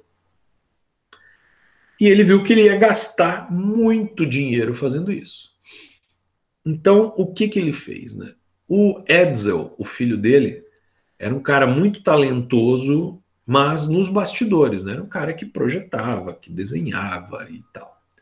Não um cara carismático como era o Henry Ford, que dava entrevistas e tal. Aí o que o Ford fez? Ele fez uma declaração pública que ele ia abandonar a presidência da Ford Motor Company e ele ia colocar o filho dele lá para ser o novo presidente, que ele ia sair, ia curtir a vida, ele não queria mais saber da empresa. E daí botou o filho dele para falar, e o filho dele, coitado, tímido, não tinha traquejo nenhum, tal, passava muita vergonha nas entrevistas. O que aconteceu? O pessoal, que era acionista da Ford, pensou, não, esse moleque vai quebrar essa empresa, imagina. O Ford caindo fora, vai acabar essa empresa, eu vou vender essas ações enquanto eu posso. O preço das ações da Ford Motor Company começou a despencar. E aí o que ele fez? Comprou todas as ações por preço de nada. Depois que ele já tinha lá as ações que ele precisava, ele foi a público dizendo, não, mudei de ideia, não vou mais abandonar a Ford, não, meu filho vai continuar lá no empreguinho dele aí fazendo projeto e eu continuo dirigindo a empresa. E aí ele sacaneou todos os acionistas, né, e ganhou mais uns milhões aí, comprando as ações da empresa por maninharia e tomando o controle praticamente total da empresa dele. Ele não era o cara mais ético do mundo, né? Coisas importantes aí do Ford também. Adotou o dia de trabalho de 8 horas, né? Porque, veja, o Taylor, ele estimulava o trabalhador a trabalhar o máximo possível para ganhar mais. O Ford pensou o seguinte, não, tudo bem, o meu trabalhador, é legal isso, o trabalhador trabalha o máximo de horas aí que ele conseguir, vai aumentar minha produtividade. Mas no dia seguinte eu quero que ele venha trabalhar também. E aí imagina, o cara vai estar podre, ele vai trabalhar 12 horas num dia, no dia seguinte ele não vai conseguir trabalhar. Então o Ford criou as 8 horas de trabalho diárias como padrão. Ninguém pode trabalhar mais que 8 horas diárias. Duplicou o valor dos salários para $5 por dia, que os concorrentes não gostaram, etc. E aí ele começou a pegar os funcionários que foram escolarizados nas outras empresas. Achava que todos os funcionários deveriam comprar um veículo. E aí, vejam, a estratégia disso também, né? Se eu faço uma campanha para o meu funcionário comprar o veículo que ele próprio fabrica, eu estou pegando de volta parte do salário que eu paguei para ele. Que o salário é custo para a empresa. Meu funcionário, ao comprar o carro que ele próprio fabricou, ele está me devolvendo parte do salário que eu estou pagando para ele. Lançou um manual do proprietário. Por quê? Porque ele via que você tinha lá concessionárias que iam fazer a manutenção do carro e etc. Mas se eu lançar um manual com a mecânica básica, com as informações básicas dos caras, a maioria dos consertos pode ser feito pelo próprio proprietário. E ele não vem encher meu saco aqui. Então, se eu já lançar um manualzinho com todos os detalhes, ao invés dele vir aqui na concessionária para consertar alguma coisa, ele próprio já conserta, menos custo para mim e o cara fica feliz ainda. Então, ele inventou o manual do proprietário com essa finalidade. Em 1908, quando teve a sua primeira unidade vendida, o Ford T custava $825. Em 1925, o preço era de 260. Cai para menos de um terço. E aí, o que acontece, né? A concorrência. Os outros carros que custavam mais ou menos 825, também, 850 e tal, começaram a ter que dar um jeito de baratear o preço, porque senão eles não iam vender. Foi o modelo T que tornou padrão o uso da direção do lado esquerdo em grande parte do mundo. Que vejam, né? Os carros, vocês sabem que até hoje, né, os carros ingleses têm o volante no lado direito, né? E os carros normais, como nós chamamos, né, tem do lado esquerdo. E por que lá tinham do lado direito? Porque os carros são uma evolução das carruagens, né? E o motorista, o coach, né, das carruagens, ele ficava do lado direito, por convenção deles, né? E o Ford diz que não, por conta do esquema mecânico dele, com as pedaleiras dos carros e tal, do lado esquerdo ficava melhor. Então foi o Ford que inventou isso? Foi. E por que o Ford propagou isso para o resto do mundo? Porque, como ele foi o primeiro a exportar muito carro e a montar fábricas fora dos Estados Unidos, ele já montava no mesmo esquema, né, com motorista do lado esquerdo do carro. Ao longo de quase 19 anos em que esteve em produção, saíram das fábricas da Ford um total de 15 milhões de modelos T. Número que só viria a ser batido em 1972 com o Fusca. Então veja, esse carro teve um impacto tão grande que só o Fusca, né, 50 anos depois aí, é que conseguiu bater o recorde de vendas de um único modelo. A partir da década de 70, iniciou-se uma revisão da doutrina do Ford chamado pós-Fordismo, que nós vamos comentar sobre isso daqui a uns dias, que é o toyotismo, né? Que os japoneses eles invadem o mercado americano nos anos 60, né, com produtos ainda mais baratos, mais tecnológicos, com menor consumo de combustível e melhores no geral. E eles têm como característica uma coisa lá que ficou conhecida como toyotismo, né? E uma das partes do toyotismo é o just in time, flexibilização das leis de trabalho, fazendo com que os salários baixem, que é péssimo para os trabalhadores, mas fez parte aí, e o just in time, que é diminuindo os estoques de produtos quase a zero.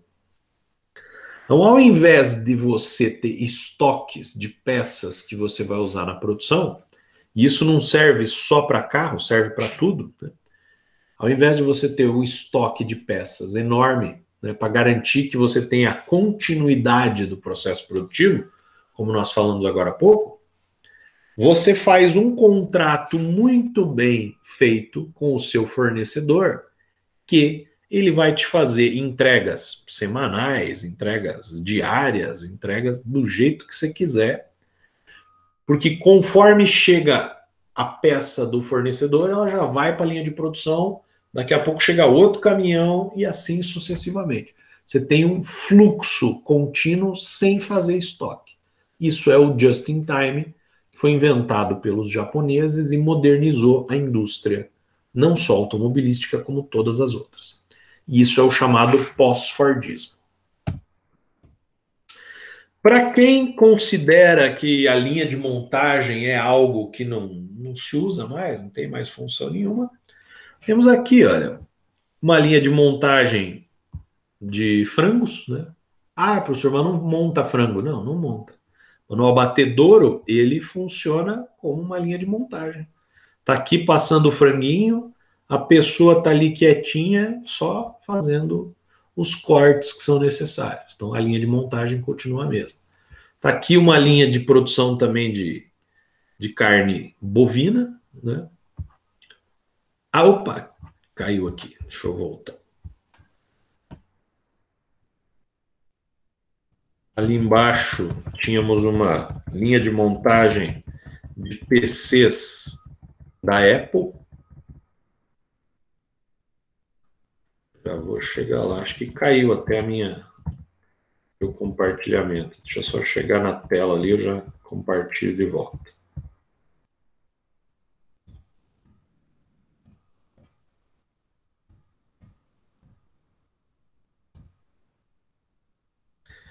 Aqui. Compartilhar de volta aqui.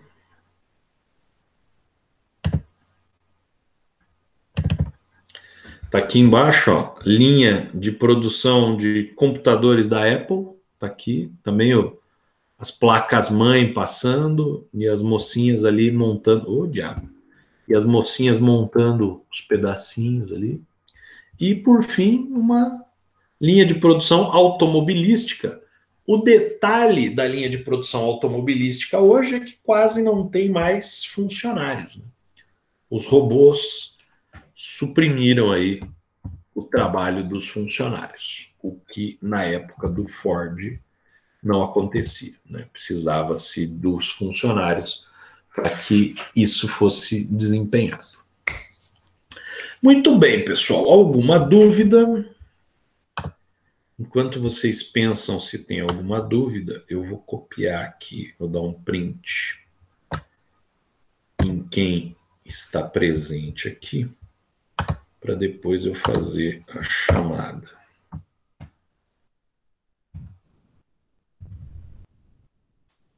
Arina Miriam. Print. Beleza. Opa, falei no lugar errado. Essa aqui é de semana passada. Fechou. Então, pessoal, sem perguntas, vamos lá. Como nós temos aqui esta disciplina, ela precisa trabalhar com metodologias ativas e ela tem uma parte teórica e uma parte prática, né? São duas teóricas e uma prática. As duas teóricas eu já fiz agora, só eu que falei, né? Duas teóricas expositivas, e agora vamos fazer a prática com vocês. Opa, o que houve aqui? Vamos fazer a prática com vocês. Deixa eu compartilhar aqui o que nós vamos fazer. A tela inteira.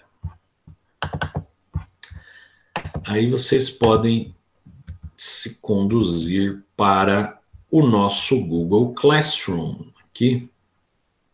Nós temos aqui, ó, trabalho, debate, Taylor, PDF. Então, o que eu fiz aqui? Temos um textinho aqui sobre o Taylor. Nós temos lá benefícios aos trabalhadores, benefício para as empresas, algumas críticas. Além disso, podemos afirmar o quanto é bom ou o quanto é ruim o processo Taylor, né?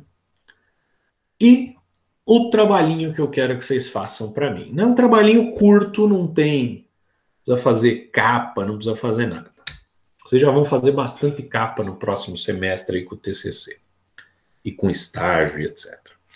Então vocês podem fazer em duplas ou em trios. Vocês escolhem. Não precisa ser individual. Ou se quiserem fazer individual, pode fazer individual. Considerando os benefícios e as críticas ao Taylorismo, o que, na sua opinião, ainda é útil nos dias atuais e o que não é mais útil. Por quê? Então o que vocês podem fazer? Trabalhinho ali, posições ou aspectos úteis, tal, tal, tal. Por quê? Por causa disso, disso, disso. Aspectos inúteis ou não mais úteis, tal, tal, tal. Por quê? Por causa disso, disso, disso. Então, meia dúzia de linhas aí é o suficiente para vocês fazerem. Vocês podem fazer e me mandar, tá até ali, enviar por e-mail, né? E-mail eduardo@fag. Tá lá no finalzinho. Vocês podem fazer e me enviar por e-mail hoje ainda. Não precisa ser necessariamente agora. Quem quiser fazer agora, faça agora. Eu estarei aqui com vocês até às 4 horas, é isso? 4h10. Então, fiquem à vontade aí, que eu vou estar online aqui até às 4h10. Quem tiver alguma dúvida, quiser me perguntar, fique à vontade. Quem não tiver dúvidas, também só fazer e depois me enviar. Hoje à noite, daí eu já vou recebê-los todos. Enquanto vocês vão fazendo ou vão pensando, eu vou fazendo a chamadinha aqui no Sagres. Podem me chamar qualquer coisa aí. Professor, Pode falar. até pode te encaminhar no trabalho? Hoje, até meia-noite de hoje. Tá bom, obrigada.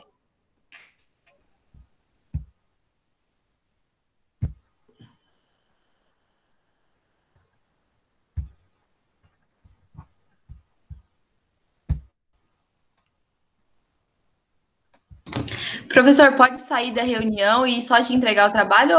Pode Fica sair aqui da como reunião, sim, sem problema nenhum. Fique à vontade. Então tá bom. Tchau, professor. Obrigada. Tchau, tchau. Até logo.